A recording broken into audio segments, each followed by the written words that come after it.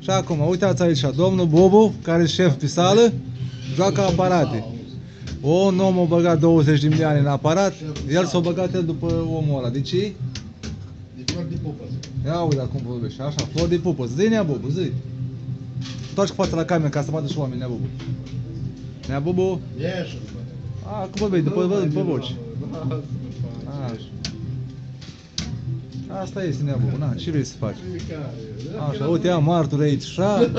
Sare Ion Tiberius. Femei boi la bicicletă. Uite, un băiat aici, așa. Așa. Băi, la ce că dau tine afară, deși dau în 3 minute. Da. Dar tu pe mine să mă dai viața vieții Așa, tău. uitați. Dă neamul tău. Băi, câscă care ești? Da.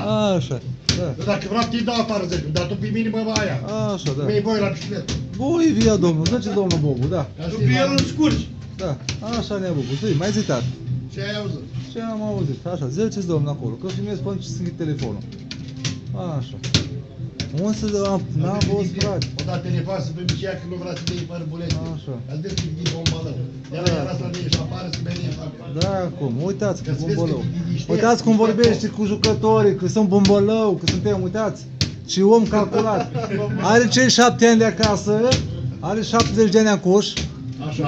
Așa, uitați cum vorbește cu oamenii, să cu telefonul. Asta Cu tine. Da, nu, cu toată lumea din sală. Care ești nemtanas. Da? Uitați, da, da, spune Nea Bobu, da. Spuneți acolo. Asta este, na, ce să faci? Asta e treaba. Ai fi o personalitate, ca să bag cineva pe tine. Bagă omul 50 de milioane în aparat și să mute la aparat, joacă la aparat. Nu, nu, nu, n-am avut. De ce, doamne, Deus, cu verea, cu Dumnezeu, 50 de milioane? Ia o ce e acolo, da? Da. Eu știu cum, dar măcar știu cum să scrie 50 de milioane, câți erau orari.